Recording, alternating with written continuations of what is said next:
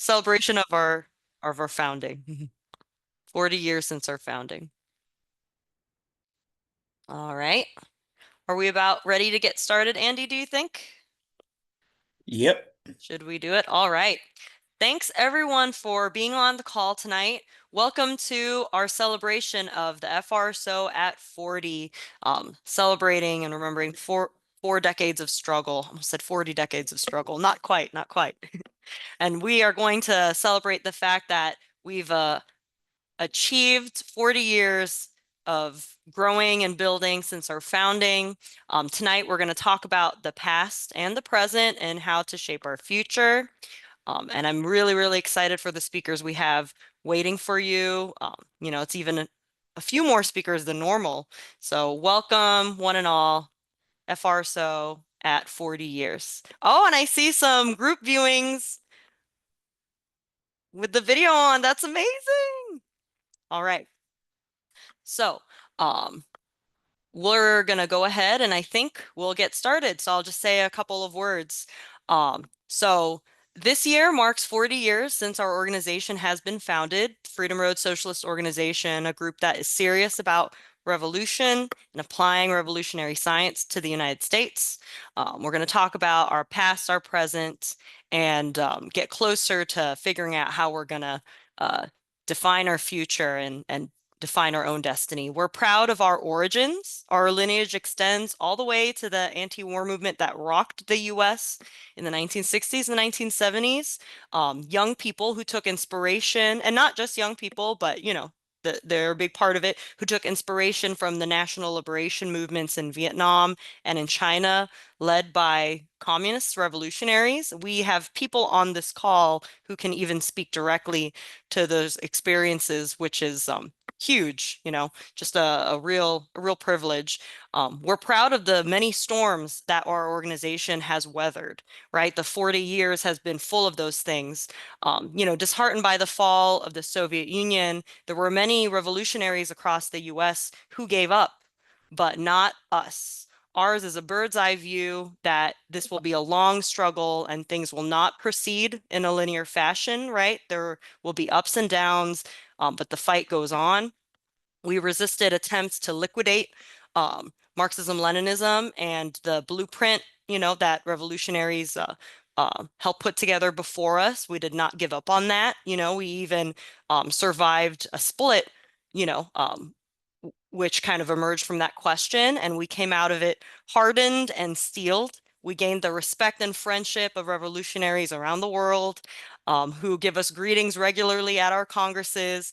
And we saw in reality that we were actually surrounded by many others who would answer the call to reaffirm Marxism-Leninism for the international working class. We've withstood FBI raids and repression and learned valuable lessons that kept and continue to keep activists out of prison, including myself. So no small thing to learn these things and to be able to pass it on. Our organization, and this is not common. Our organization actually has a methodical way of dealing with repression, and that power, that knowledge is power. It means that we won't be scared going into the future, right? Or we'll be less scared. And we're carving out a new generation of dedicated fighters who are intent on applying Marxism-Leninism to the conditions of the US. We've bored deep into the labor movement, the national movements, and are now building a broad front today against Donald Trump.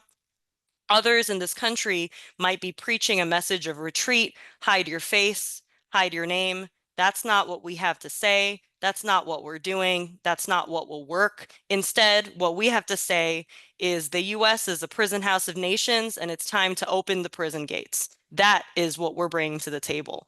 We've found and brought together other anti-revisionists to join our group and to build this fight with us. There were American communists who came before us, who helped us understand the conditions that we're working with, who have since given up the fight, but we have picked up the torch. It's an honor to get to introduce our speakers for tonight. We will start off with the Political Secretary of the Freedom Road Socialist Organization, Mick Kelly. Mick, take it away. Oh, thank you very much. Comrades and friends, what a great occasion. We are here this evening to mark the 40th anniversary of the founding of Road Socialist Organization. It's an honor to be here with these speakers, but also with all of you who have done so much to build the people's struggle. And I see comrades I go way back with here, and I know you've contributed greatly in periods that were not easy. And I see comrades who are new and taking up the fight. I think we all understand that capitalism is a failed system and it must be replaced with socialism. And by that, we mean the rule of the working class. Throughout the entirety of our past 40 years, and yeah, some of those years were longer than others, we have consistently been able to find our bearings as revolutionaries. That is because we integrate the science of revolution, by that I mean Marxism, Leninism, with the concrete conditions that we face. We judge ourselves by our accomplishments in practice, not what great things we can say about ourselves or say we're big because other people are small. No, we judge ourselves by our accomplishments that we make in practice. And we see that as the sole criterion of truth. We look at the things like how many people can we mobilize? What did we accomplish in this past period? And what more can we do? And how can we correct mistakes? In all the work that we do, we have three basic objectives. One, we want to win all that can be won and weaken our enemies.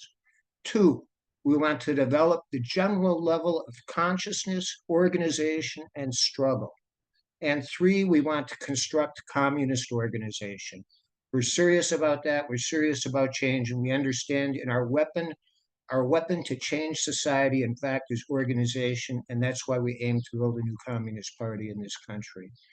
Now, I think people expect me to say a few words about our history, and that's something I'm certainly capable of doing, as I was uh, an active participant in the new communist movement that came into being in the late 60s and early 70s, and I helped to found Road Socialist Organization. So I was actually there at the beginning, as was a number of other people on this call. So and it's also great to see you, Joe, and some others, Richard too. So anyways, well, I'll acknowledge whatever. There certainly wasn't alone there. But anyways, in the late 60s and early 70s, as Chrisley said earlier, we saw an explosion of the people's struggle. In fact, if you want to chart the 60s, for example, 1964, Harlem explodes. 1965, you have Watts. 1967, you have Detroit. 1969, the whole country is burning. There's a great upsurge in the Black liberation movement, and it's really an incredible thing. Likewise, on the college campuses, there's an upsurge, by the way, in the Chicano movement, too. I think Sol will probably address that more than I do, but you have like historic events like the Chicano moratorium against the Vietnam War.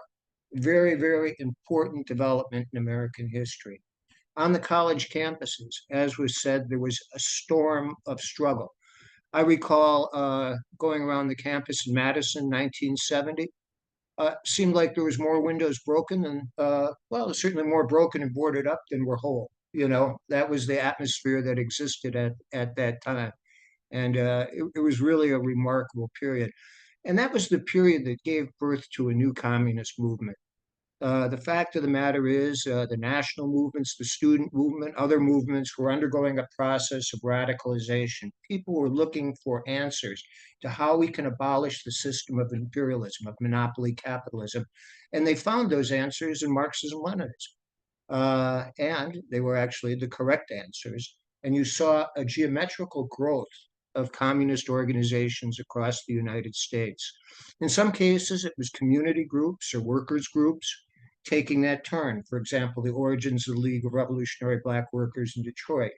In other cases, it was community groups. In still others, it was student collectives.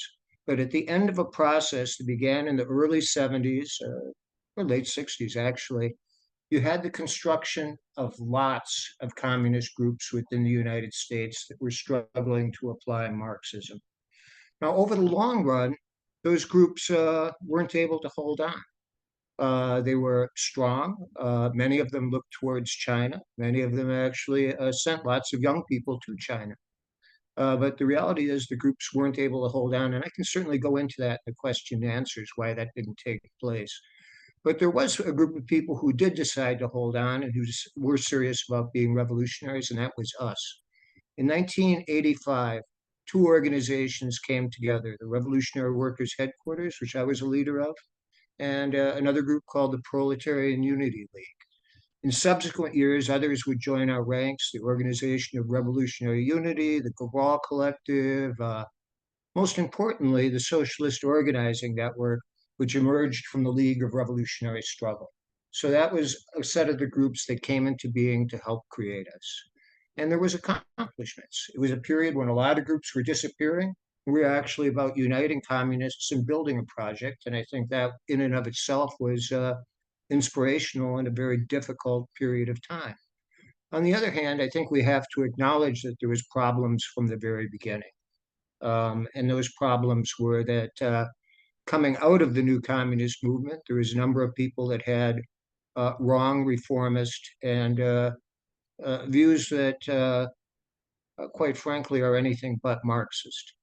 So a couple of them that were spread quite widely among a variety of groups of people was the idea that there was a permanent crisis of socialism.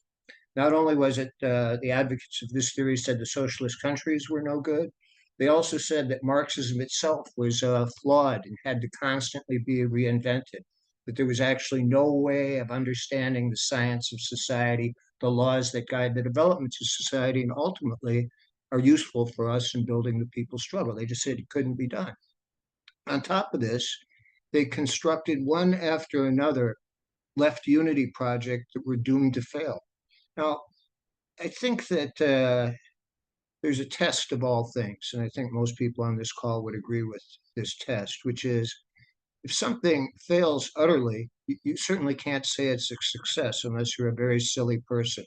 And the reality is, those who talked endlessly about these left unity projects, endlessly about this crisis of Marxism, where are they? Where are their projects? Where are their accomplishments? Where can we learn from them? Well, we can't, because they aren't there.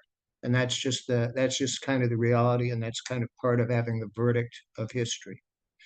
So in any event, I'm going to actually try to make a lot of history, stuff that actually went on for decades, short. But very short, actually, compared because I realize I've gone on for a couple of minutes too. But in the subsequent years following the break, I believe our organization has done an excellent job in reconstituting and building communist organization on a large scale. And others are going to talk about that accomplishment more fully. But I would like to say this to all of you who are veterans of the new communist movement. I would urge you strongly to join our ranks. We welcome veteran comrades. In fact, we need your knowledge, we need your experience. We can learn from you as you can learn from us. So we encourage you to join our ranks. And all of us, as we move forward, I would like to say this, and that is we need to be humble people. We also need to learn as we teach. We have a program that outlines our strategy for revolution, and we are working very hard to carry it out. We are in a period where monopoly capitalism is declining. In fact, the basic contradictions in this society are sharpening. And when we encounter fires, we're not going to try to put them out. We're actually going to try to bring fuel to them. And that's our basic orientation in this period. Comrades, our future is bright. Long live Freedom Road Socialist Organization. Awesome. Thank you so much for that, Mick. 100%. Our strategy is to bring out the fighters among the masses, bring Marxism back home to the working class, build a united front against U.S. imperialism, fan the flames. We're not the good government, loyal opposition group. All right, next, we will hear from Marisol Marquez, the district organizer of the Los Angeles district and a leader of the Legalization for All network. Sol, take it away. It's really tough to follow Mick Kelly, y'all. But thank you so much. It's an honor to be speaking with you all. And what an honor to be given a chance to celebrate with you all the 40th year anniversary of the FRSO. If you're a member, we are so proud of you. If you're thinking of becoming a member, we're also very proud of you taking that step. So buenas tardes, y'all. My name is Marisol or Sol Marquez. As Chrisley said, I'm one of the co-chairs of the Legalization for All Network, the district organizer of Los Angeles. And I'm also a co-chair of the Chicano Latino Plus Commission of the Freedom Road. I've been a cadre member for the past 15 years. I joined in 2010. And I think some of you may not have been alive. No, I'm just kidding. In 2006, the US saw a shift in working class demands. The tradition of International Workers' Day or May Day events was revived in 2006 by the immigrant rights movement. In other words, undocumented people and supporters put May Day back on the map. I was not a member of 2006, but the FRSO was very active and busy helping build the fight for immigrant rights. Two places where our organization led demos, marches, were in Los Angeles and Minneapolis.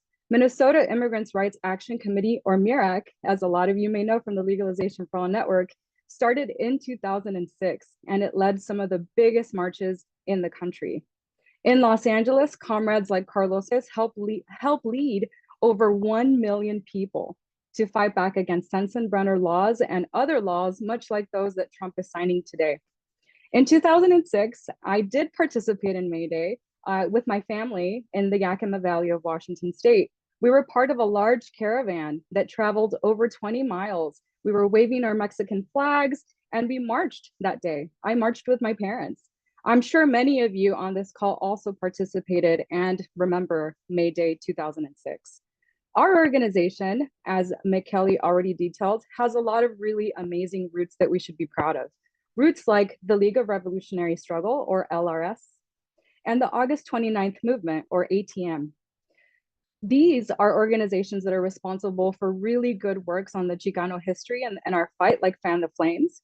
And the LRS was a merger of the Asian American organization, Kyun, and of course, the August 29th Movement. I've actually met quite a bit of people who helped start up LRS, ATM, and developed our position that we now have in FRSO on the Chicano national question. It's an honor to speak with them and have them complement our work. In this time, when the ATM and the LRS merged together and the Kyun, I just want y'all to know that this was the 60s and the 70s. One of the whole reasons why a lot of Chicanos have the idea of being a Chicano today. There were things like the Chicano moratorium, the day where we demanded a stopping to our killing in Vietnam. And that really, really became an explosive day, August 29th, 1970. A lot of us call it the Chicano Liberation Day. And so it's honored by organizations like Centro CSO, or Community Service Organization, and many other organizations around the country to honor that fight and give it a voice. And so that is part of why our history is so important in the FRSO. And it's really great to be celebrating that and honoring it today. If you don't know what a Chicano is, it's people like me, people who share a common history, territory, language, economy, and culture. We have a nation. Chrisley opened us up with the great Lenin quote of a prison house of nations. That is what the US is. And Aslan, or the Chicano nation, is one of those nations. It's my nation, as well as others. I'm sure we're going to hear about the other nation of the Black Belt South from Frank. And so, we're very happy that all comrades in the FRSO value our position on the Chicano position. So the important history, which we are honoring today, helps explain why undocumented working class and oppressed nationalities struggles are so important to us. I joined FRSO 15 years ago because of these positions on Chicanos and the national question. I joined in Gainesville, Florida. And I know that I remember many of you that day. I was actually one of 2 Chicanos who joined that day, and I was the only woman at the time in that district. I want you to remain, encouraged. And even if you are the only Chicano in your district, or the only woman, or someone who is maybe not a straight white guy, to stay rooted in why you're doing this. Why are you doing this? What do you want? Do you want freedom? Well, keep your eyes on the prize, no matter who is your comrade. They're clearly there because they want the same thing that you do. And so again, I joined FRSO in Gainesville, Florida. Shout out to Florida. And I just want everybody to know that it's important to understand that all members, like I said before, value Aslan and the Chicano national question. This matters to us in Boyle Heights and East LA. So in 2012, allies and comrades helped found the Legalization for All Network, or L4A. Many of you are on this call who helped do that, by the way. So thank you for doing that, comrades, and thank you for staying true to the struggle of legalization for all. We participated and led various protests to demand protection for the younger generation of undocumented people, also known as Dreamers. We were there when civil disobedience and protests at Obama's field offices pushed Obama to sign deferred action for childhood arrivals, also known as DACA. He didn't give it from the bottom of his heart. It was because people took to the streets and made him look really bad. He thought he was going to lose the election.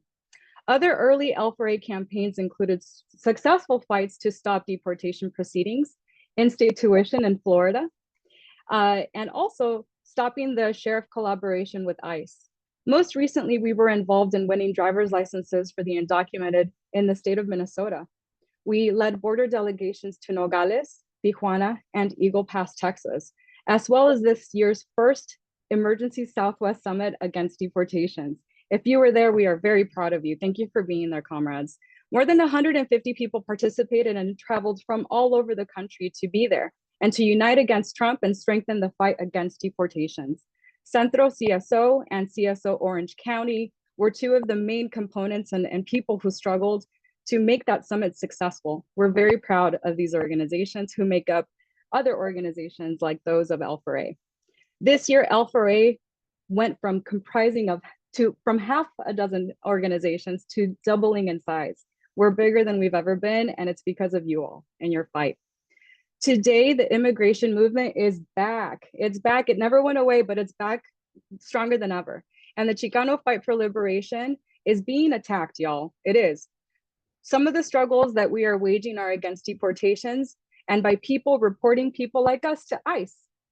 And so they're also racially profiling us. They're causing onlookers to question whether they should care if we have US citizenship or not. They gauge us on that.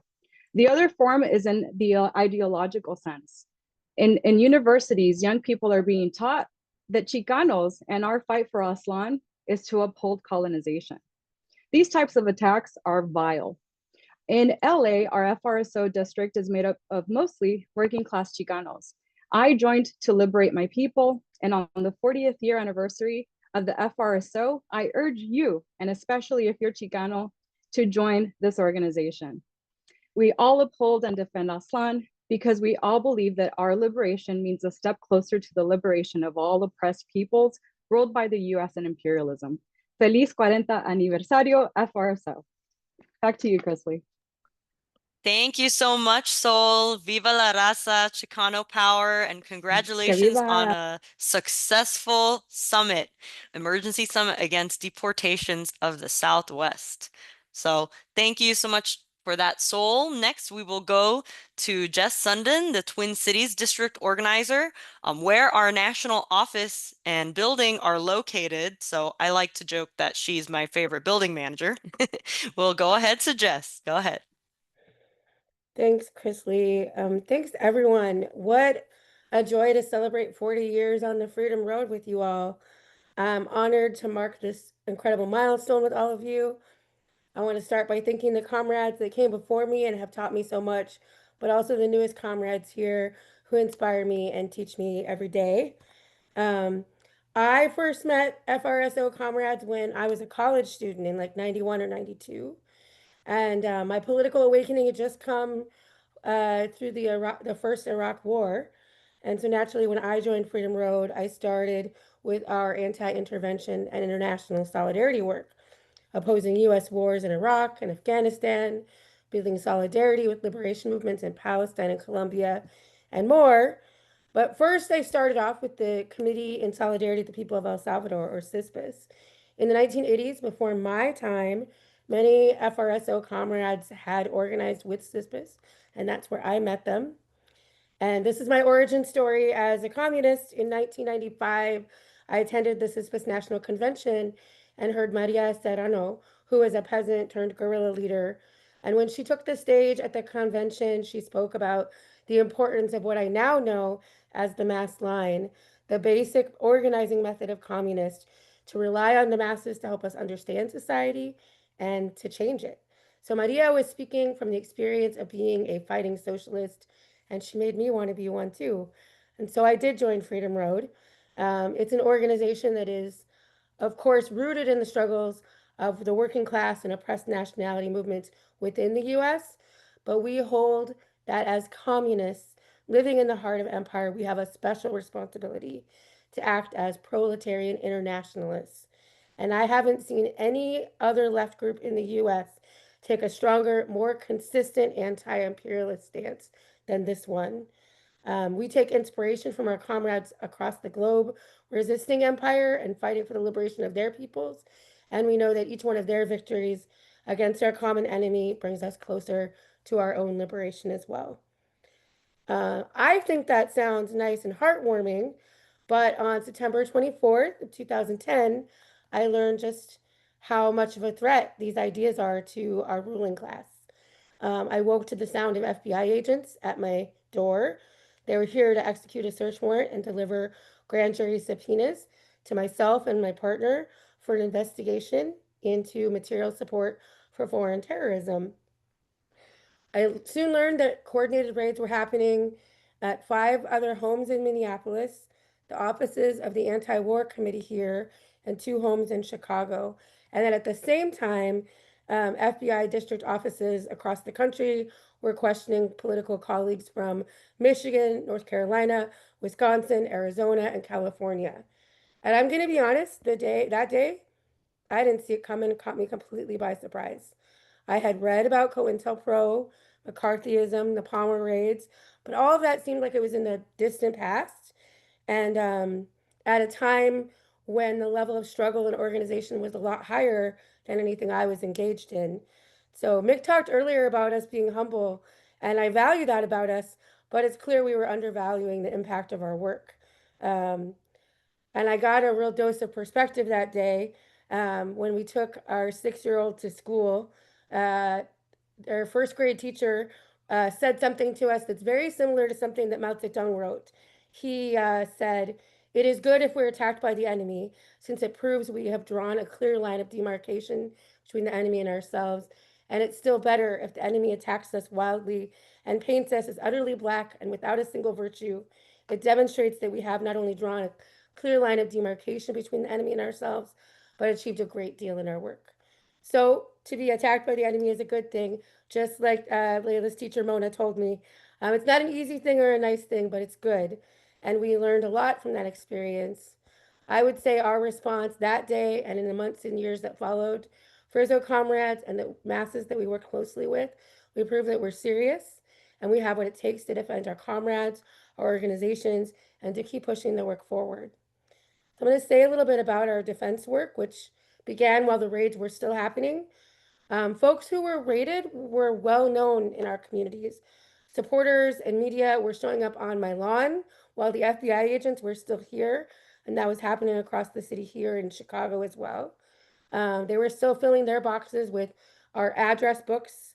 I know that's ancient technology, but we had address books still, passports, laptops, phones, flyers, books, photos, anything about Palestine or Colombia, anything about our organizing.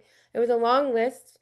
And if you've been organizing for a couple of years, you have lots of things on that list in your house too.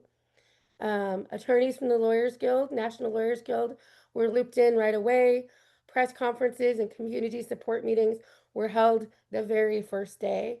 And the next day, we established the Committee to Stop FBI Repression, CSFR, and we launched a national petition, a national campaign to demand an end to the grand jury investigation. We called for national protests in solidarity with us, and they took place from LA to New York City and many points in between. Our unions and other organizations drafted resolutions and letters of support representing more than 1 million US workers. We lobbied elected officials to challenge the DOJ's witch hunt. CSFR held national conferences, and several of us went on speaking tours to talk about the case. And we linked up with other targets of the same material support laws that were being used against us. in this case, it was primarily Palestinians and Somalis who are Muslim, but also we linked up with political prisoners and their supporters from the Puerto Rican and Black liberation movements. We weren't the only people or the first people to experience this targeting, so we learned from the experience of others, but also built solidarity with them. We adopted for an aggressive legal strategy. We refused to testify to the grand jury, despite a very real threat of jail for that refusal. And when I say very real, at the very forefront of my mind, as we were making that decision, was that the prosecutor in our case had recently won an 11-year sentence in another case where a Palestinian, Abel Halim Ashkar, had refused to testify in a federal grand jury with the same prosecutor. So for my household, where both parents were grand jury resistors, some of our legal strategy included making arrangements for who would care for our 6-year-old if we were both arrested. All of us put together portfolios with character letters, promises of family homes that could be put up for collateral for bail. We did a lot, and I'm really just giving you the tiniest little peek at it. But we took it seriously because, they had two undercover agents that surveilled us for 2 years. They raided and seized material from 7 homes in the anti-war committee offices. There were 72 agents that were deployed to question our colleagues across the country in addition to the raids. And in all, 23 people were called to the federal grand jury in our case. We were attacked for our solidarity work, but it's our solidarity that defeated them. Not one person testified. No one was charged. The government failed. And to me, that's one of our greatest accomplishments. Our proven experience is exactly what's needed in today's political climate.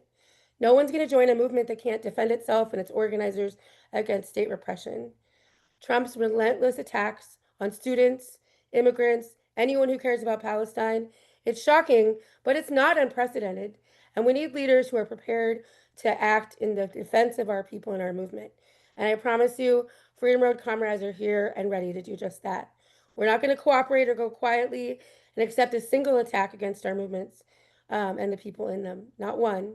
We're building an organization that's rooted in the communities where we live and work, so we can and will rely on our neighbors and our coworkers to come to our defense when we're attacked. We're disciplined, so we're not going to be pressured into testifying against our people in the US or across the globe. And because the work we're doing is important, even our defense work will serve as a platform to continue the fight. And our approach means that we can and will continue to grow. And it's not just talk, because I can see by looking in this Zoom room, but I already know most members of Freedom Road have joined since the raids in 2010. We've opened up so many new cities and new areas of work, and we are training our cadre every day in the art of political defense. And all the while, we're building movements that can and are fighting for the world that we all deserve. So here to 40 years on the Freedom Road. Thank you so much, Jess, for the inspirational story of how our organization and the people we work with faced a test and passed. There was a question of, should we retreat?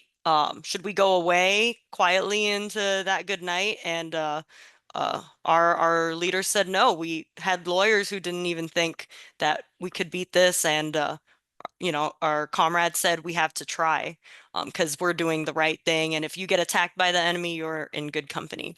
So thank you so much for that, Jess. Next, I'm happy to introduce a very important comrade, Frank Chapman, a member of the FRSO Central Committee and the executive director of the National Alliance Against Racist and Political Repression, a very important writer who I hope people have read here. His invaluable book, Marxist-Leninist Perspective on Black Liberation and Socialism, to talk to us about our work in the Black Liberation Movement. Frank, take it away. Thank you. Congratulations, Freedom Road Socialist Organization. 40 years of struggle.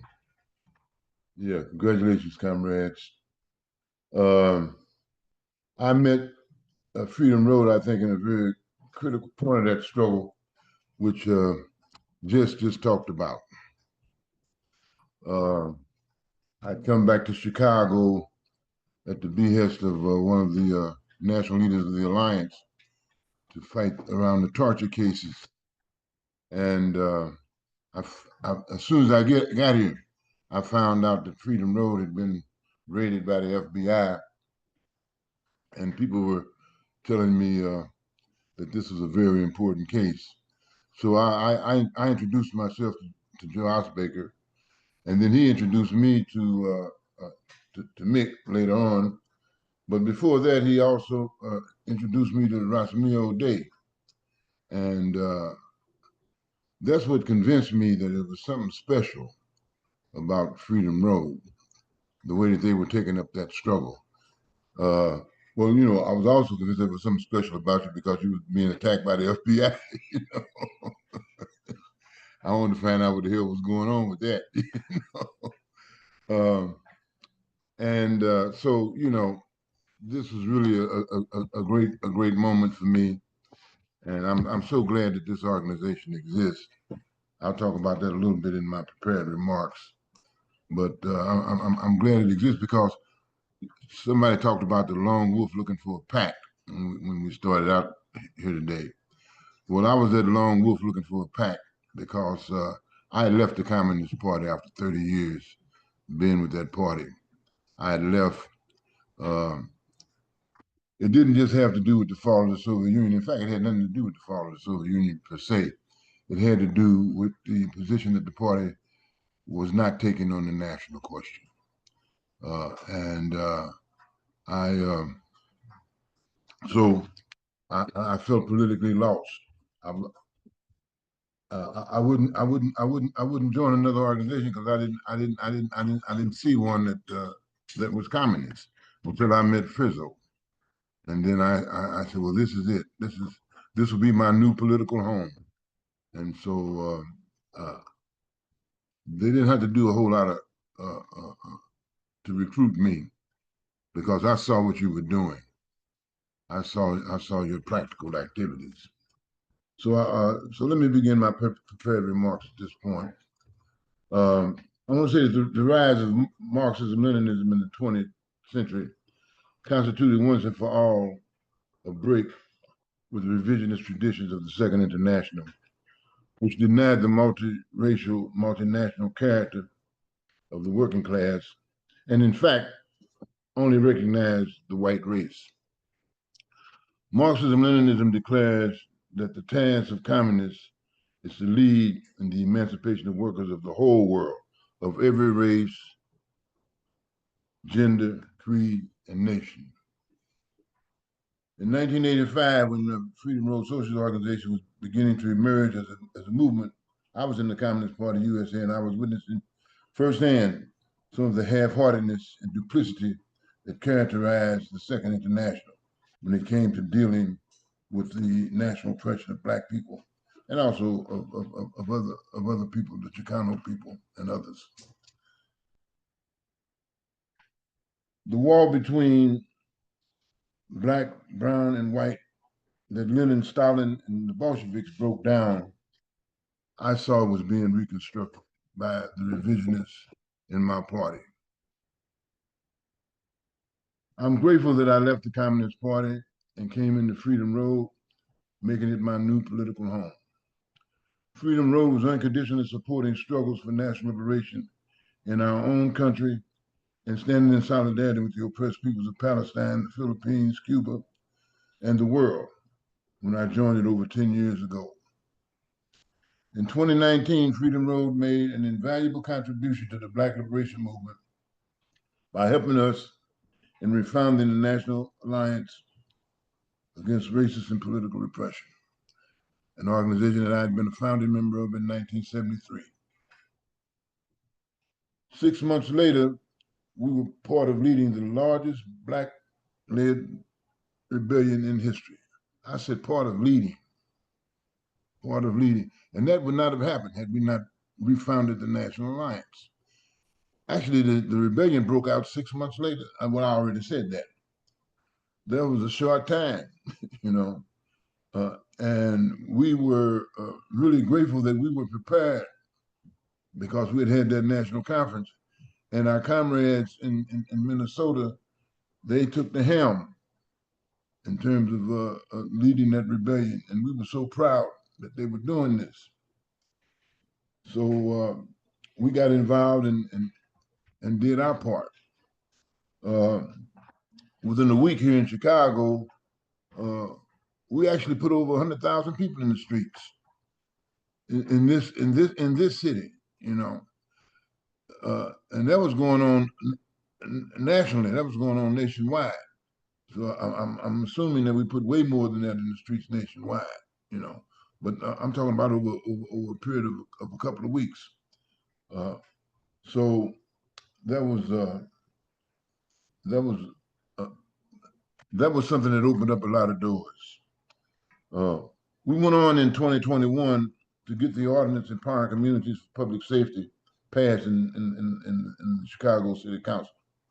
And this was yet another benchmark in the struggle for Black liberation and democracy. The Black liberation movement had taken up the struggle for community control of the police going all the way back into the 19th century, you know, after the fall of Black Reconstruction in 1877. This became an issue because in the South, what they erected as a result of that was a police state. That's what Jim Crow was. It was a police state, you know, bearing so much similarity to fascism until the fascists actually learned something from it. And you know the fascists of South Africa learned something from it because that's what they modeled apartheid on, you know. So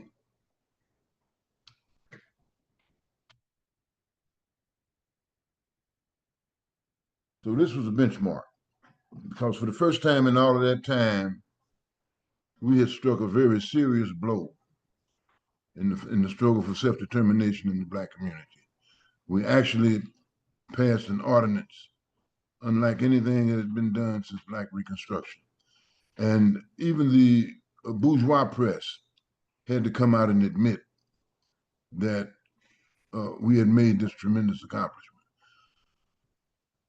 If you've been listening to what I've been saying, you know that we would not have made this accomplishment without the contributions of Freedom Road. The refounding is what led to this. The refounding and the George Floyd Rebellion.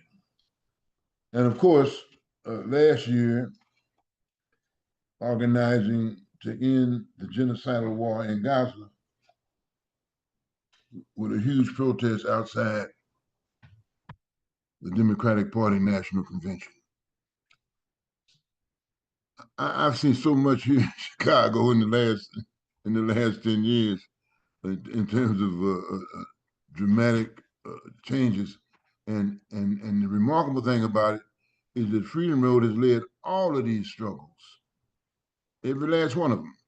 Now the struggle to stop mass deportation, you know, we're also taking a leading role in that.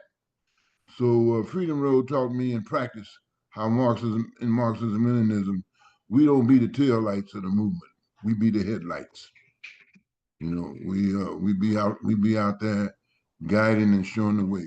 We consciously intervene in spontaneous mass uprisings to show people out of their frustration, not leading people in their frustration.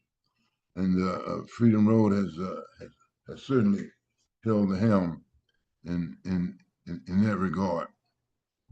Going forward, I'm looking forward to great things because I remember Mick and I were talking one day, and this quote from Charles Dickens: "The best of times, the worst of times," and we said, well, you know, we have to take the worst of times and make them the best of times. You know, that's our attitude. We're not afraid of Trump.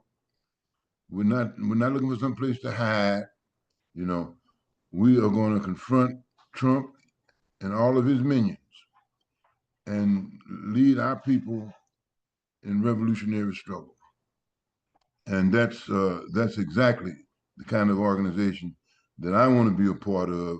And as a communist, I want to dedicate my life to this.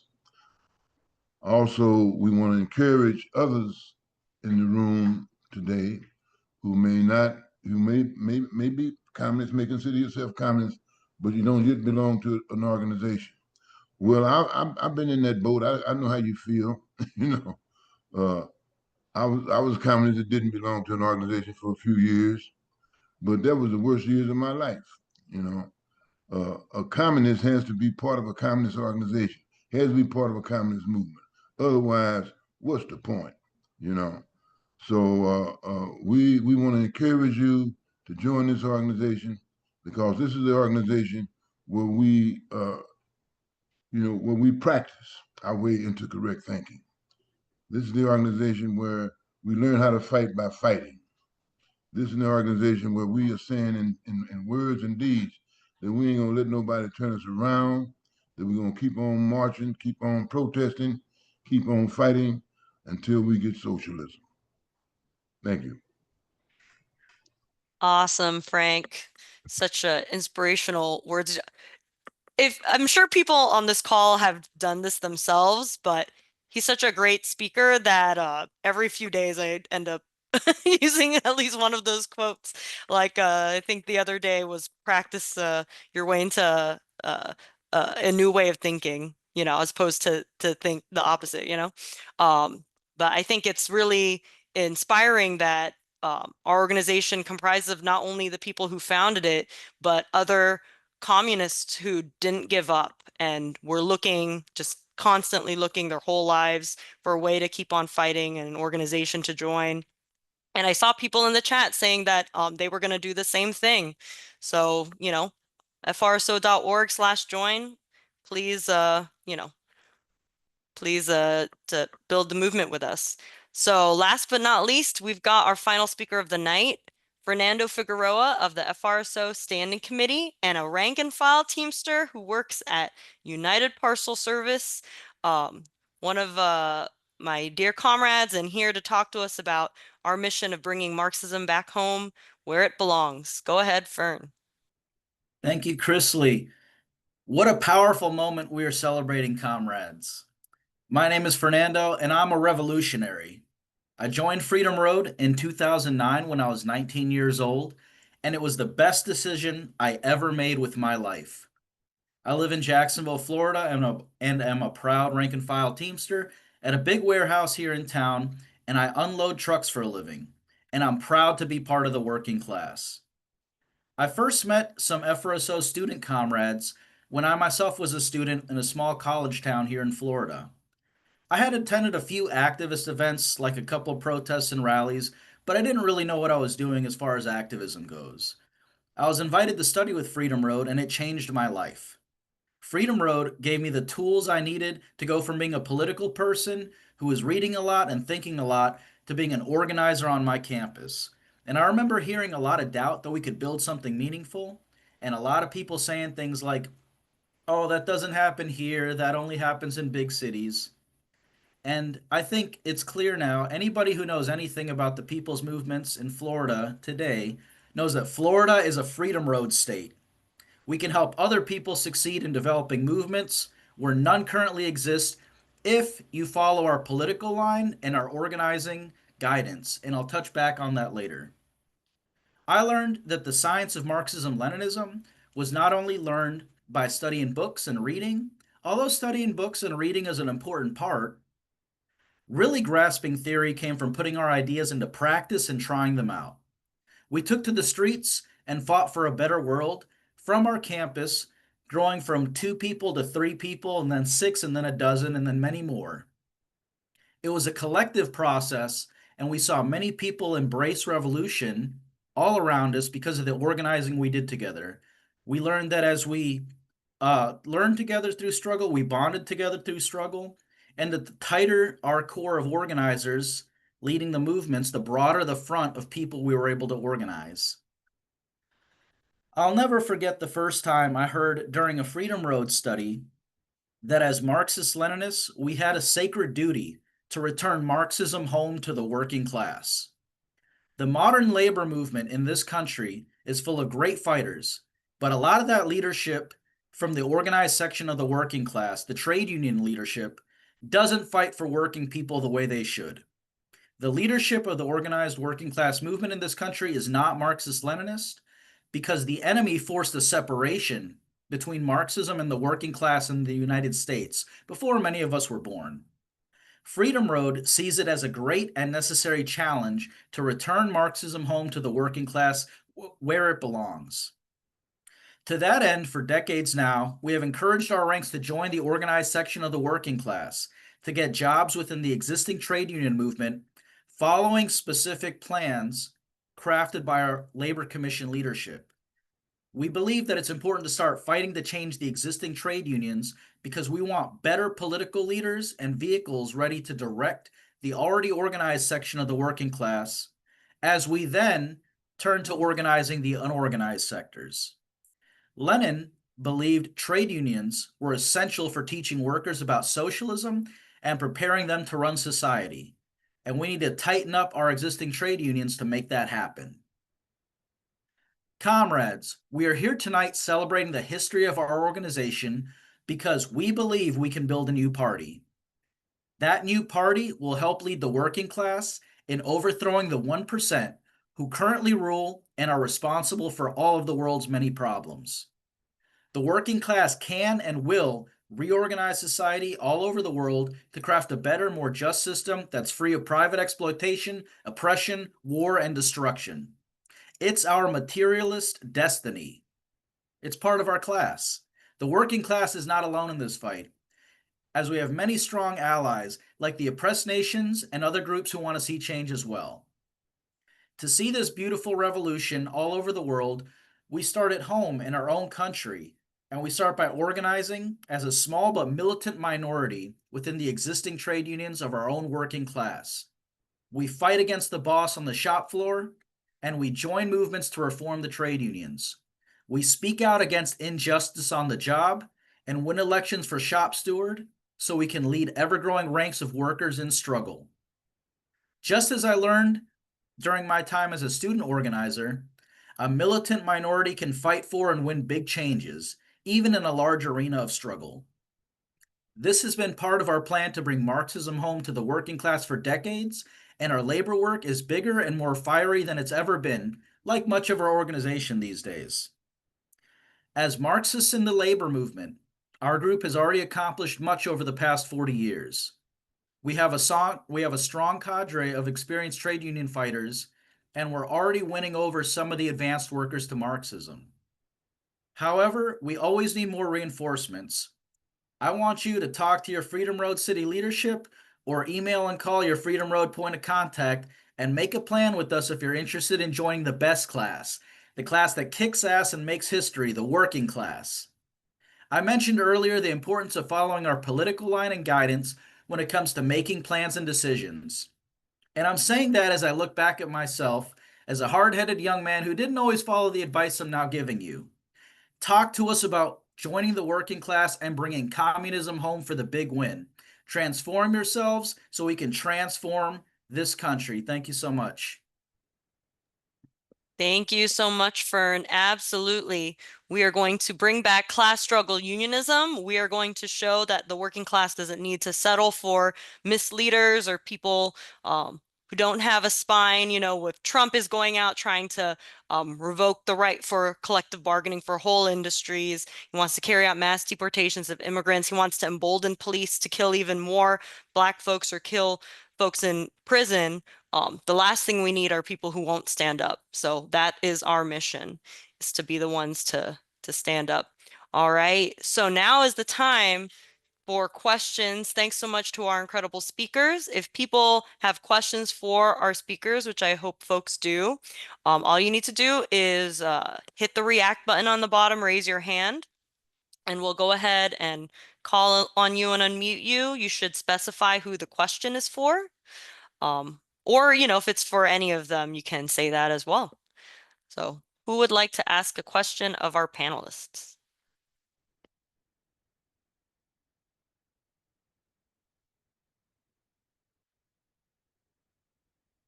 Oh, don't be shy.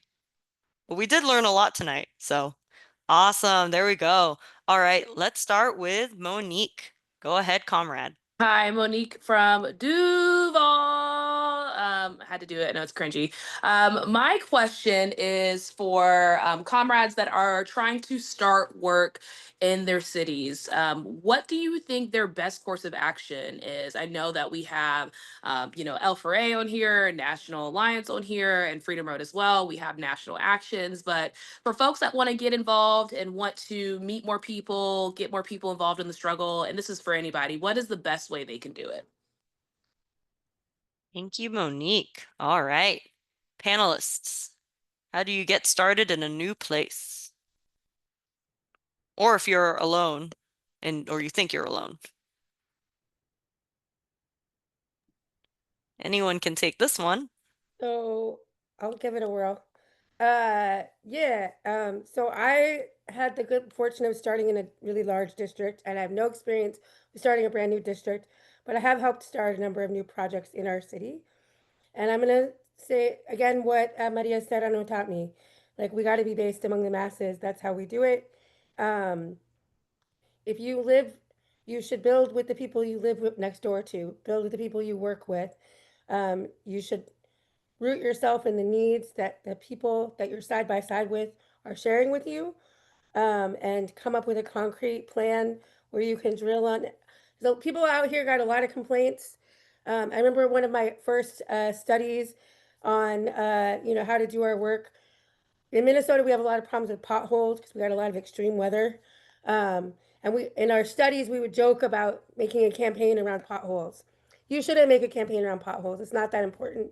But if you do, if that's the thing that the people in your community are most talking about, you have to do it with an eye towards making it a class, putting it on a class struggle basis, and identifying, the uneven impact it has in oppressed nationality communities in your town.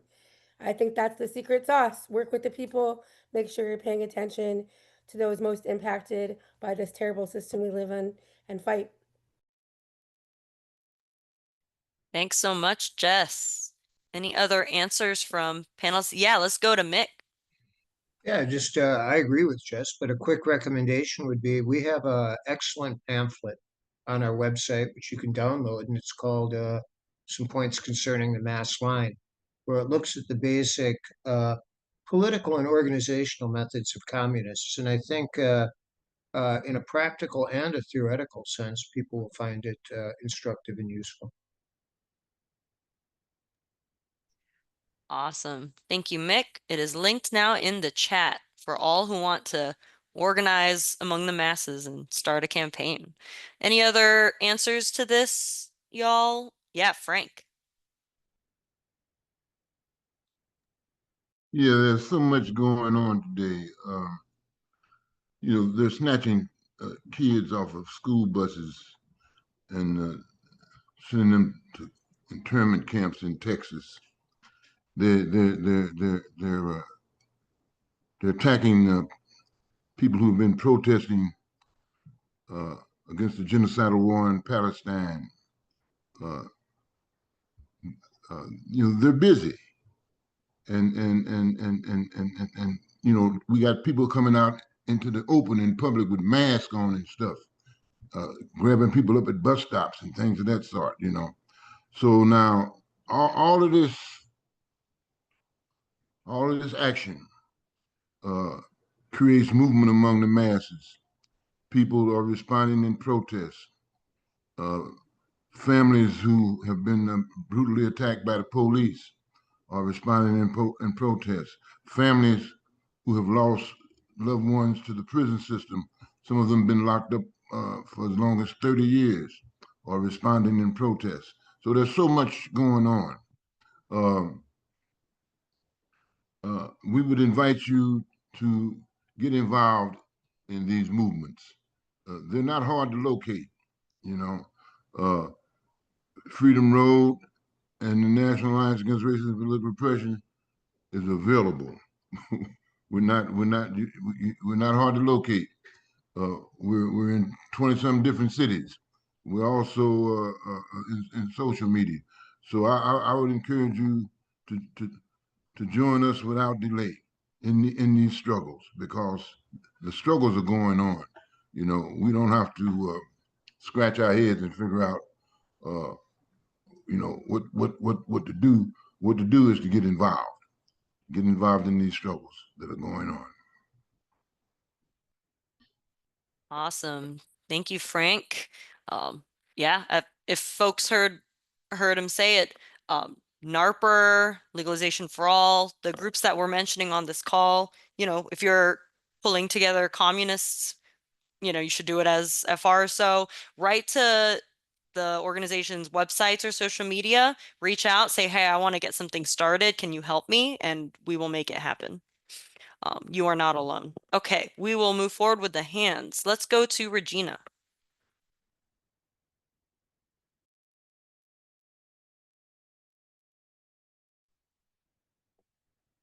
Hi. Oh, sorry. Um, this is for anybody, but I want to keep up to date with like different things that are happening with the movement around the country. Like, what's the best way to learn about that? That's a great question, Regina. Something people should read every day. Does anyone want to speak to it among our panelists? Yeah. Oh, yeah, let's go to Fern and then we'll go to Mick.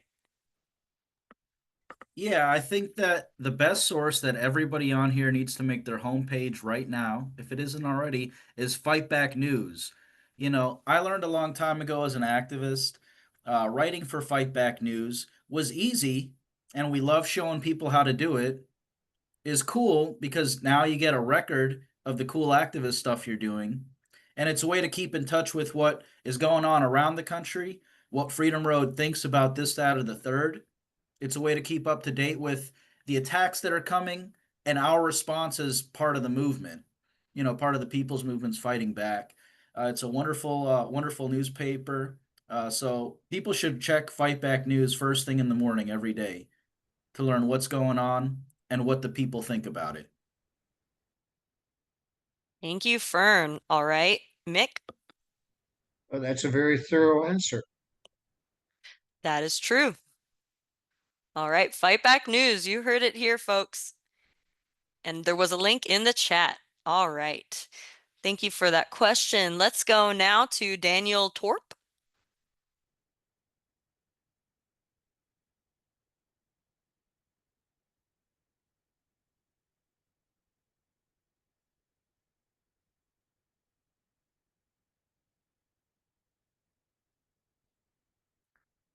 You're up, Daniel. Can you hear us? I think we are probably asking you to unmute right now. You ready? Oh, okay. We'll come back. We'll come back to you, Daniel. All right, let's go now to Delilah. So my question is, Frank talked a little bit about how Freedom Road sees a national question. We definitely had a discussion about, the Oh, comrade, your volume's a little low. Could you increase it somehow? At least for me.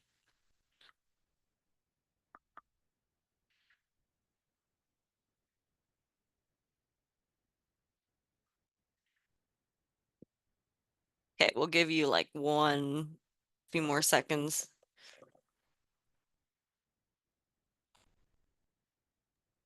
I'm just gonna yell. There's a problem.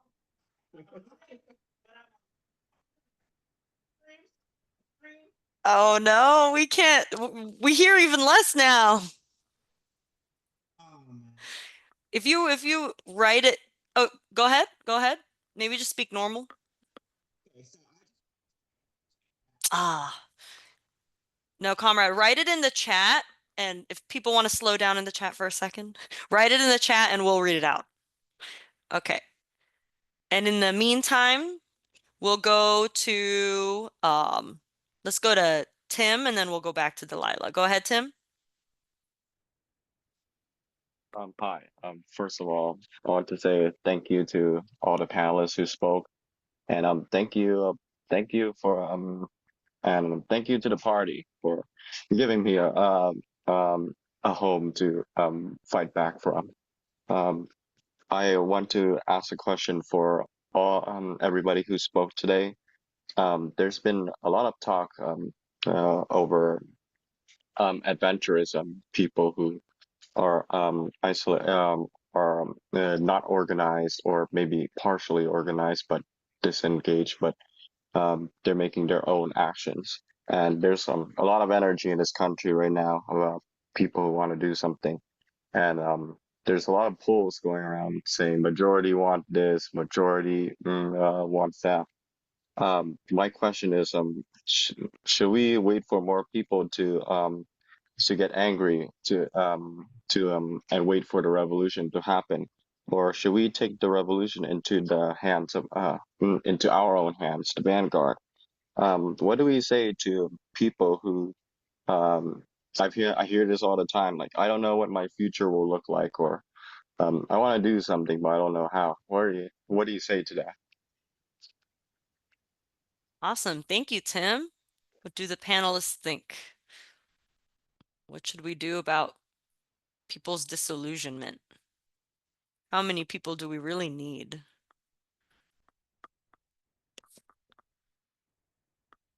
Any takers? See, everyone's thinking. They've got their thinking faces on. Yeah, go ahead, Mick. So I think to have a successful revolution in this country, number one, you need to be organized. Number two, you have to have a strategy that's going to work. And I think that's been the experience in other countries too, be it China, Vietnam, Russia, etc. But yeah, you need that. You need that to make things go forward. That said, yeah, there's going to be all sorts of spontaneous anger against the existing order of things. Why wouldn't there be? The existing order of things sucks, and that there would be spontaneous motion against it and individuals striking at it. Why would anyone be amazed? Things in the United States are terrible, but our task as communists is to actually build organization and channel that into a meaningful fight that'll get us someplace. So we're deliberate about the things that we do. As Malcolm X said, we're intelligent about it. We want to take a look at what are the key links that we can use to pull things forward and indeed pull things apart. So, for example, in our community organizing, we worked very hard to build the Black liberation movement. The trade unions were trying to put the labor movement on a class struggle basis. We have a general strategy of building a united front against monopoly capitalism under the leadership of the working class and its political party, with a strategic alliance between the national liberation movements, African Americans, Chicano, etc., on one hand, and the multinational working class on the other. We're trying to bring a realignment of all dissatisfied against monopoly capitalism together to strike this monster down. And I think that kind of thoughtful approach is absolutely necessary to our activity being meaningful strategically. We can't run around saying we're just going to do this, that, and hope that everything turns out okay. Why would it? That doesn't work in your regular life. Why would it work as a revolutionary? It can't possibly work. So we better have a strategy, and if the strategy is wrong, we can change it. But anyways, again, nothing against spontaneity.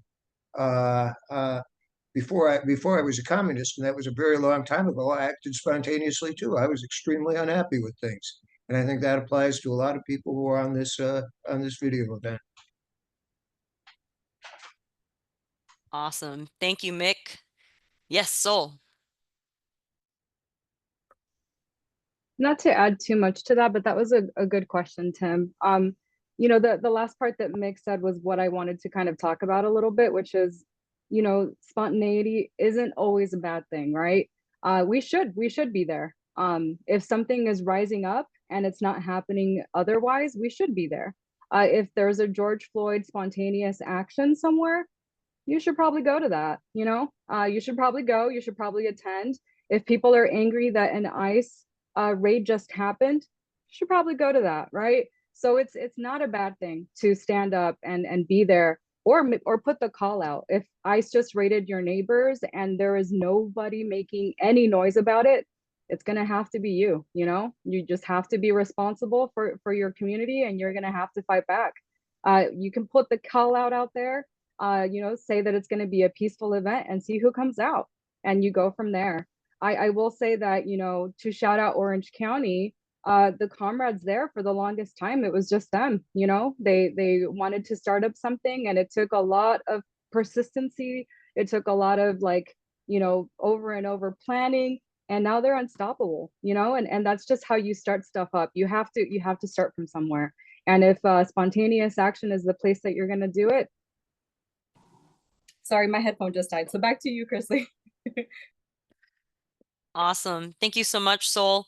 And I'll just throw in something here that if you go to our website and click on print, there are FRSO flyers that if you were to bring them to kind of spontaneous big protests, right? Maybe the anti-Trump protests, and you're looking for like-minded people to start a group with, that's a great, you know, fairly simple thing to do. So there's many ways to start, but you know, you gotta get going. Great questions, y'all. Okay, I think Daniel, oh, we've actually got Delilah's question, then we'll go to Daniel, who I think is ready now. So Delilah asked, Frank and Sol discussed the Black Belt Nation and the Chicano Nation on this call. We often hear that white working class people in our country benefit from national oppression and have no material incentive in fighting against it. Why does Freedom Road believe otherwise, and how do we show that in practice? I'll paste the question in the chat. Why do we believe otherwise? Who benefits? I'd like to take a crack at that. Please. Well, that's a long-standing myth that white workers benefit from the oppression of black workers, that they get higher wages, so they're selling out the class for higher wages. But you know, Marx addressed this a long time ago, back at the beginning of the well, back in the middle of the 19th century, when he said, labor in a white skin cannot be free if it's branded and sold in a black skin. That is an objective reality. That's objective social relationships. That's a fact.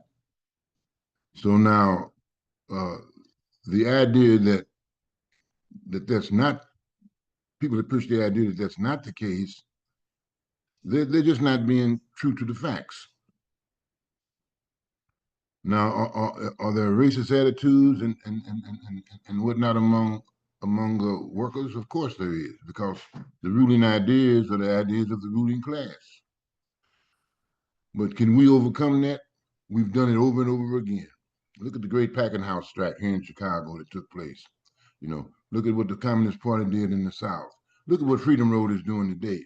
You know, in all of these instances of struggle that we are engaged in here in Chicago and throughout the country, we are demonstrating in practice that there is class unity, that we can overcome the divisions based on the divisiveness of racism and what have you.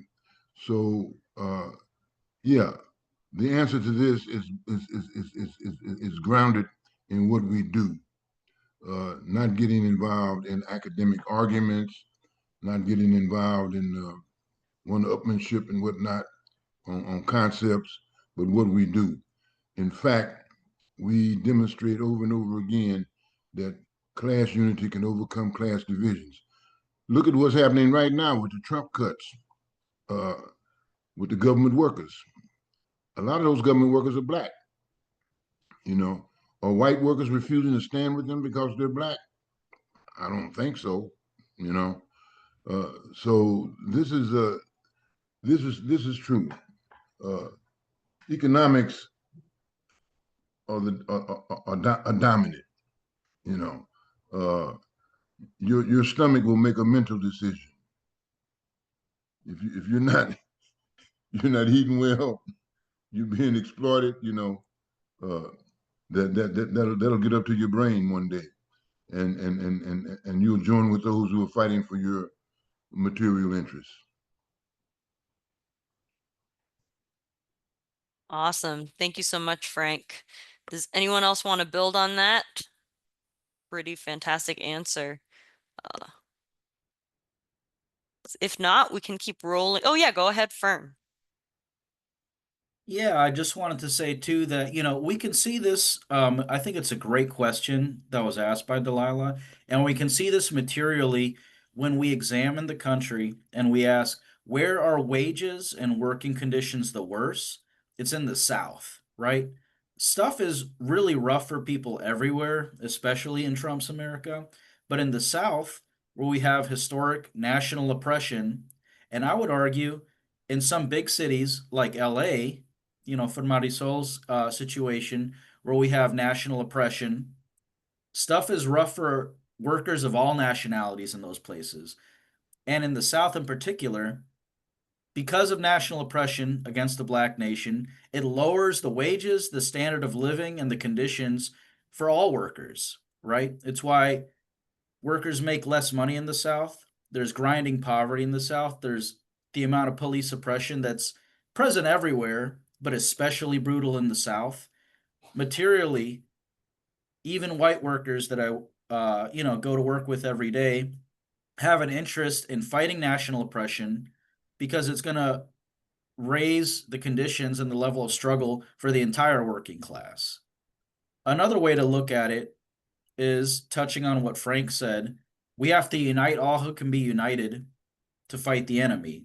And it's very important to unite the entirety of the multinational working class, regardless of the different nationalities involved. To get specific for a minute too, as someone who tries to organize in the trade unions, we think that there's different roles for people depending on whether they're white or their oppressed nationality. We think that there's a duty for white workers in the class to fight against racist and national oppression ideas.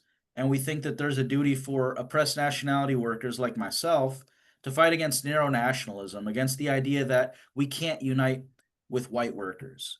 We want to unite everybody that we can. And we put that in practice by how we organize on the shop floors and how we organize in the reform caucuses. All right, thank you, Fern. I believe Sol has an answer, and then we'll move to the next question. Go ahead, Sol.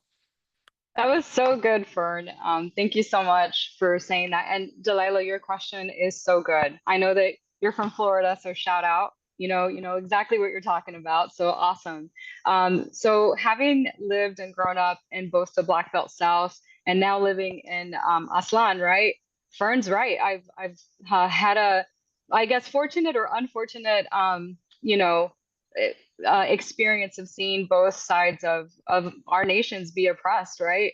I've never seen so many poor white people than I ever did in the Black Belt South. Never in my life, right? And I'm not just talking about like, like a poor person who lives in a trailer. Like if they live in a trailer, that's fortunate. I'm talking about dirt poor. They don't even live anywhere, and that's just a whole population of people. I grew up in a really, really small town in Georgia. I'm not even going to mention it because it's like population 1,500, right? But I know some of y'all know where that's from. And I worked in the fields with Black folk, y'all, and white people too. And I had never seen that. My parents were like, what is happening here? And it's because of the history of the Black Belt South. They oppressed slaves that way. And so things hardly have developed from there. There's no bathrooms. If you still like today, if you work in the fields in the state of Georgia, there's no bathrooms. And that's ridiculous to think about, but literally there are no porta potties. And so like they're just like whatever. If you pass out from like working in the fields in places like the Black Belt South, nobody cares. And so that's just unheard of, but that's the reality of places like that. White people are not benefiting if you're a working class person from that kind of oppression. In fact, you're experiencing it too. And over here in Aslan, I've never seen y'all who are not from around here, and I know other places, big cities, y'all know this really well. But I have never seen multiple families living in one dwelling. I've never seen that before. And it's just like families, not a small family of one or two people, but like I'm talking a full family of like 7 people. And there's multiple families like that under one house, like generational, right? And that's like, who's going to be benefiting from that? Like like everybody is in the same class, everybody is super oppressed. And so it, like Fern was saying, you need to unite folks. It's better to realize that you're under the same enemy, turn around and face them together. That's Mick mentioned it, but or maybe it was Fern, the strategic alliance. It's everything, uniting the working class and the struggle of the oppressed nations to fight back against the common enemy. Back to you, Chrisley.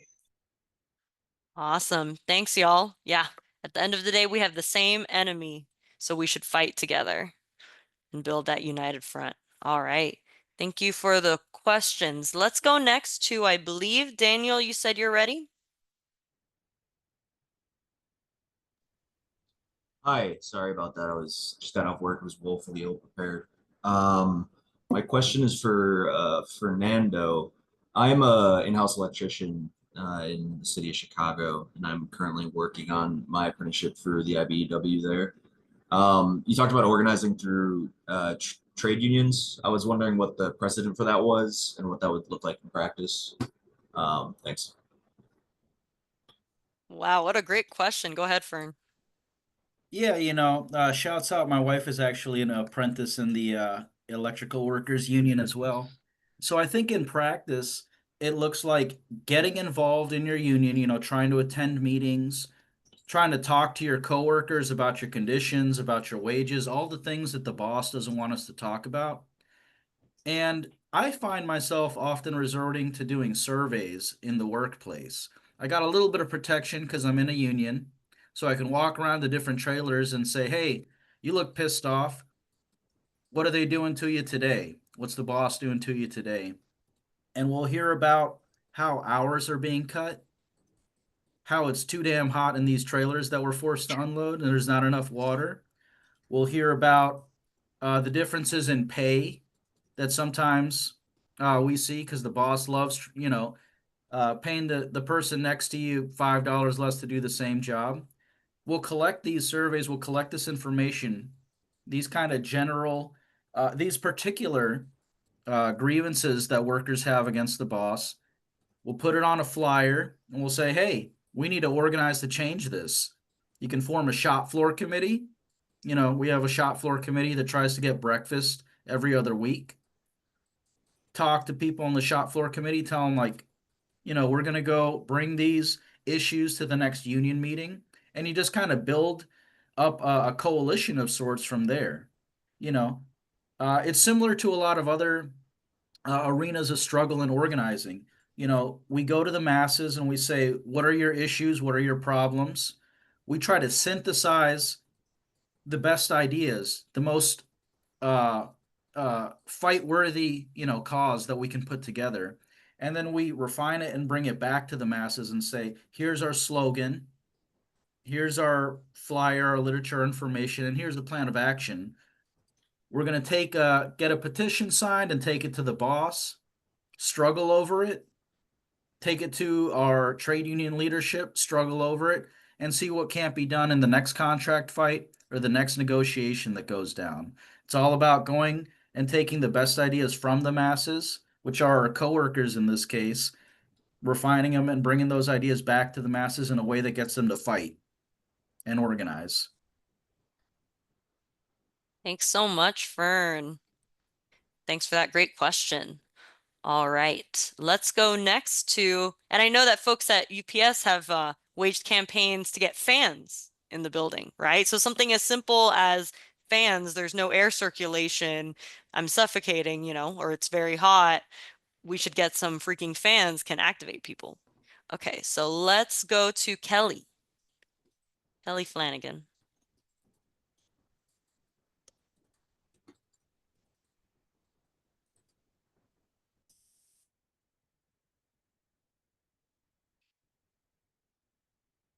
I think we're asking you to unmute, Kelly, if you want to accept that.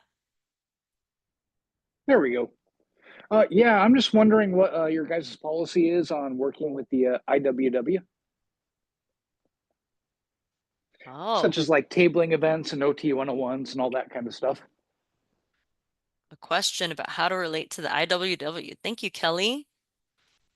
Who wants to field that? Yeah, Mick. So if it moves the struggle forward, we will work with anyone. And our approach is not, we're not animated by the spirit of sectarianism. We're animated by striking blows against the enemy. So if it's useful, we cooperate with others, including those that we have great disagreements about.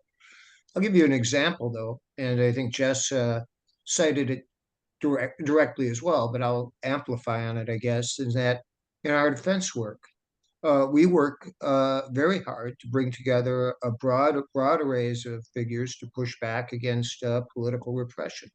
And there's not ideological litmus test, i.e., you need to be a communist in order to defend us or defend those we're working with. We actually want to unite all who wish to be united in order to carry those projects forward. So, anyways, IWW, other groups, we're good. We're good to work with them.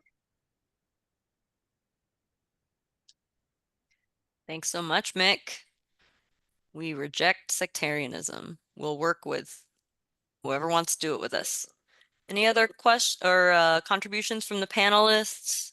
If not, we'll move to the next question. Let's go to, okay, not seeing any hands. Let's go to Sam. Hello. This is a question for all of the members, for all of the panelists. You were all young and scared at one time, probably. Especially among the working class, abuse and mental illness are very common. You have more experience now that you're older and you've been organizing for a long time. What advice would you give to mentally ill, scared young people who are trying to overcome those struggles for taking up the more important struggle? What a great question. Thank you, Sam. Who wants to take a stab at that? Yeah, Jess. Yeah, a couple of things. Like, first of all, Sam, thank you for being vulnerable and sharing that question yourself. I was younger once. It's true. I love it when people remember that I haven't always been in my 50s. No, but what I wanted to share was a couple things. Like, first, a little slogan that I often repeat, probably especially in the context of repression, is that courage isn't about not being afraid. It's about continuing to take action in spite of our fears. So, but I know a lot of times we like to say we're not afraid, and that's cool if that is how you say that you are strong. I support you, but it is okay to be afraid. And I don't know, whatever. I'm not a feelings guy all the time. I'm Scandinavian, but feeling afraid is a natural instinct to respond to dangers, and we live in a dangerous world in dangerous times. I think with respect to mental illness, I mean, obviously, that's a huge range of things. I myself deal with more physical disabilities. I think our movements are a wonderful place to make a home for people with different kinds of disabilities. And from my own experience, again, not with mental health struggles, but with physical health, the number one way that I've been able to do that is to be open with comrades about what I need and like contributing what I can. So there's things that I can't do. Like I'm not strong. I don't carry things. Lucy Parsons has a basement. I've been there not very many times because there's no elevator. So that's for me what I need. But I think one of the problems with the culture of the United States is that we're taught that each of these situations is an individual problem. And we understand a disability justice lens understands that society creates barriers. They're not objective. It's not gravity that sometimes things are harder than others. What's real is what we can do about it. And so remembering that you are not alone in confronting, trying to find your place in this movement. And I think that's true whether someone has chronic mental health um, illness or is like just having a hard time this week, whether it's life, whether it's physical or emotional. We lean on each other and comrades have each other's backs. I guess I'll end with that. That was beautiful. Thank you, Jess. Oh, yeah, go ahead, Sol. Thank you, Chrisley. And that was Awesome, Jess. I'm not going to repeat what Jess said because I thought it was really good. But to the comrade who asked the question, it is okay to be scared. People put it in the chat as well. Let that fuel you, Sam. Right. I did want to say that that there's two things to this as well. If you're already part of a unit and you're practicing, this is going to get a little bit internal for y'all. But if you do criticism, self-criticism, we try to never use that as a form of therapy, right? Like you don't go in there and start talking about like, your mental health and divulging stuff like that. We are not mental health professionals, and I do advise you and anyone else who has mental health imbalances or conditions or whatever to reach out to the professionals. There's different ways that can happen, but it's highly encouraged so that you can actually be the best person that you can be, right? Or work on that. But for me personally, I maybe I'm Scandinavian somewhere in there too, Jess, because I'm pretty bad at like being kind of like emotional or letting myself have those moments where I'm like vulnerable or whatever. But I've realized now that I have two children that there are limitations to what I can do. And I tend to not ask for help. I tend to think that I can still do everything that I did when I first started, which was 15 years ago, y'all. And so, there are limitations. There should be a plan to make that a better situation. There should be ways that others can help alleviate, stress or whatever. So hopefully that helps, Sam. Highly encourage that, mental health be checked. Back to you, Chrissy. Thank you very much, Sol. And then we've got Fern. Go ahead. Yeah, I just wanted to share something that I learned from reading some of the great leaders of the Russian Revolution. The party brings out the best in all of us. We'll substitute Freedom Road Socialist Organization brings out the best that we have to offer to the movements. And everybody has different skills and everybody has something to offer. I'm a very firm believer in that. Whether it's writing things for Fight Back, helping to share things on social media, and taking little steps is important too. And little steps are how we get to the end of great journeys. Maybe it starts with talking to one other person about politics. Maybe it starts with getting two or three people together to hold signs on a busy street corner for Palestine or whatever issue people want to organize around. You can take little steps to, eventually uh, offer all that you have to offer to the movement. And like I said, I believe that the party brings out the best that everybody has to offer, and we need everybody that we can get. We're united to participate in whatever level they're able to. And I think it's a transformative experience too. As we relate to the movement, so too does it change us. It's dialectics. And I think that's an important, kind of personal part of the movement for me as well. Awesome. Thank you so much, comrades. And it seems like a lot of people are sharing their own stories in the chat too. So, kudos to everyone kind of opening up there. Oh, congrats! Another commie baby. Okay, let's go next to, and I think because of time, we're just going to have, if you hadn't asked a question, you have your hand up, we'll call on you. So just one question per person, I think is what we'll have to do. Let's go next to John Staub, and company. Hi, can you hear us okay? We can. Okay, I just want to say, you can't see, but there's like upwards of like 13 people in the room with us right now. Representing, let's see, Legalization for All Network, Anti-War Action Network, Students for a Democratic Society, Teamsters, and more. And I just have a fun question. If I wanted to ask any of the guests, what's a piece of political theory or a text that you come back to often that you would recommend? There you go. Ooh, all right. And where are you all? What is this place? This amazing place?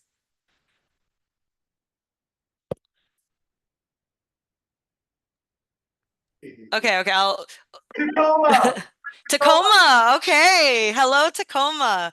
All right. So who wants to answer Tacoma's question? What text, if any, do you go back to get inspiration?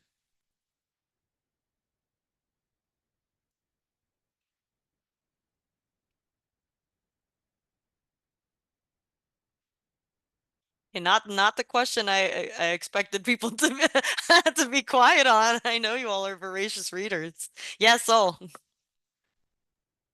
Yeah, it's really nerdy. I like combat liberalism a lot, and I also really like How to Be a Good Communist.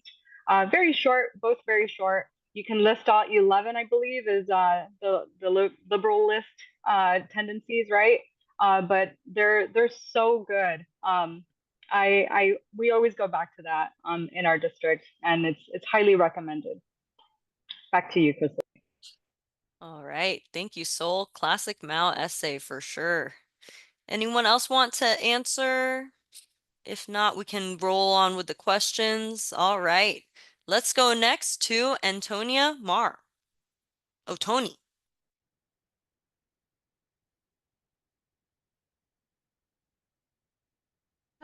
Hey, sorry. I'm actually asking the question. Tony Jones, some New Orleans people behind me.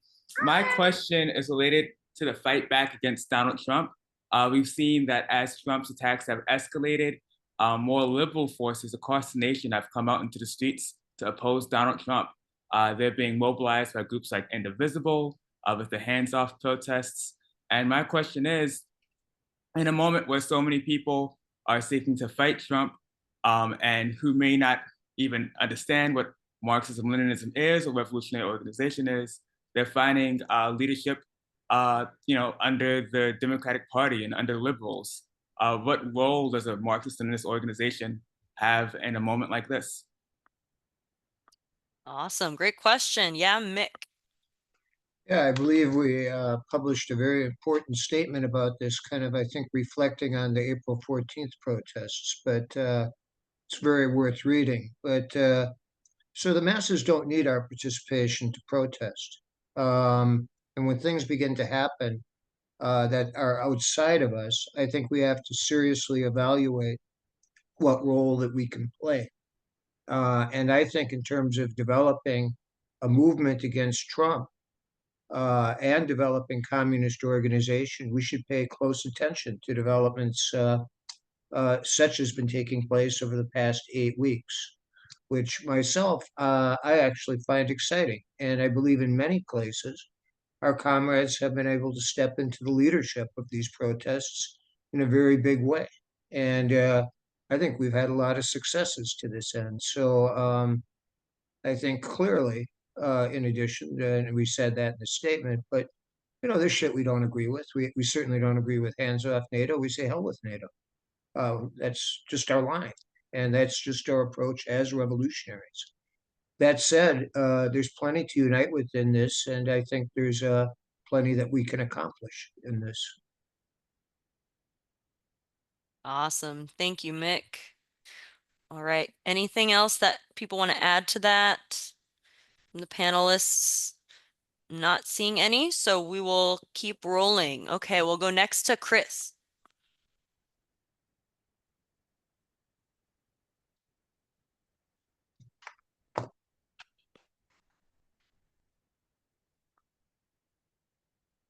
Hi everyone. As the Trump administration goes on, we're seeing an increase in more vigilante right-wing violence against rallies. Like two fight back articles that come to mind are the confrontation in Lafayette that involved demonstrators being menaced with a firearm, and the Minnesota Anti-War Committee's recent firebombing attack. Um, as opposed to we've already got a pretty good handle on how to fight the kind of official right-wing tyranny of the state, but how do we handle vigilante right-wing violence? So there's a question about how to deal with racist violence. Yes, Jess. The challenge with your question is that every situation is different. But the general answer is we defend ourselves. We are not this is not the turn the other cheek club. And so, I think the main thing that, we do in our city is we have, really thoughtful plans for security for our events. And I do think it's just since there's a lot of people on here, the anti-war committee office was not firebombed. It was vandalized, but there was no fire and no bomb. It was probably bricks. But anyway, that said, it was still, it was a reactionary attack on a group that we organize in. And so, what did we do right away? We rallied people to support us and denounced it. So whether it's direct attacks at the actions where we're out there, we have people who are assigned on security and their job is to protect all of us. And when someone is attacked, that we right away stand up and speak out together. And that is a very general answer because it really is so different from situation to situation. All right. Thank you very much, Jess. And now let's go to, sticking with the one question per person rule we established, let's go to FRSO Detroit. Hello. I had a quick question. Yeah, thanks for this group. There's other Detroiters in the call, but we're happy to be here. I had a quick question for Mick. I've been doing a lot of reading about the Proletarian Unity League and the Revolutionary Workers Headquarters. And what would you say is the number one reason why Freedom Road merged in the first place of those two groups coming together? Right. Certainly, there was a couple of things that brought us together, and there was a couple of things that later pushed us apart. The few things that brought us together was that both were actually determined to remain revolutionary organizations, and both wanted to exert broader influence. There was some common views on the national question, but not entirely. That was another thing that brought us together. What tended to push things apart was this, that being a revolutionary isn't always easy. And in the decline of the new communist movement, it was difficult for some people, including the folks from the Proletarian Unity League. Every period has its own tests, be it the George Floyd Rebellion or anything else. Some people pass and some fail. And I think ultimately those that joined with us from the Proletarian Unity League failed. All Just right. the truth, being direct. So yeah, like Joe saying in the chat, enough said. Practice shows for itself. All right, we'll go now to our last question of the night. Go ahead, Jackie. Can you hear me? Hello? Mm-hmm. Okay, good. Hi, I'm Jackie. I'm from Jersey. Uh, my question, I think, is the last question. I think it actually works perfectly. Uh, during the last fundraiser, FRSO acquired property and we've paid it off, right? I'm correct? Like we basically acquired all the funds and put all the processes together, like for the headquarters, or? No, just a quick clarification. So we had a goal of 100,000 to put onto a mortgage that is bigger than that. Okay, gotcha, Yeah, gotcha. but this allows us to actually make, for any homeowners on the call, people know, I mean, I'm not one, I don't know anything about that, but the interest is makes things actually way more expensive than just, Yeah, of right. So course. this allows us to actually make a big But dent. even so, we have the headquarters now, and I assume it's, being moved into one. Congratulations on all this to everyone who contributed and just everyone involved. But where do you think FRSO goes from here? What's kind of on a strategic level, what should be kind of a next step for us, even in the small sense? What is the next step in our party building venture? Do folks think? Yeah, Jess. So, as Chrisley's favorite building manager, no, I'll say as more as the DO in Minneapolis, the main thing that we're doing right now, our sort of orientation is around responding to the current upsurge against Trump. and trying to steer as much of that in to be the most into the most advanced direction that we can, to build unity where we can with forces that are different from us, and then to bring forward the masses from that who are ready to actually join and participate in revolutionary struggle. So that's probably the biggest thing that we're working on in general. The other thing I would say is in all of our cities, I think we're working to build up our concentrations in labor work, in the national movements work, in the anti-imperialist work, in the student work, really building concentrations because the split was mentioned earlier. My first Congress was the last Congress before the split. And, I was in a room with people who thought there were two different ways to make revolution.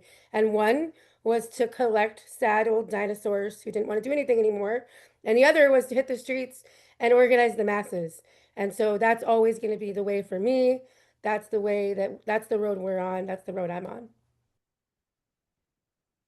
Awesome. Thank you, Jess. Keep building, build it bigger, get the fighters, and bring Marxism back home to the working class.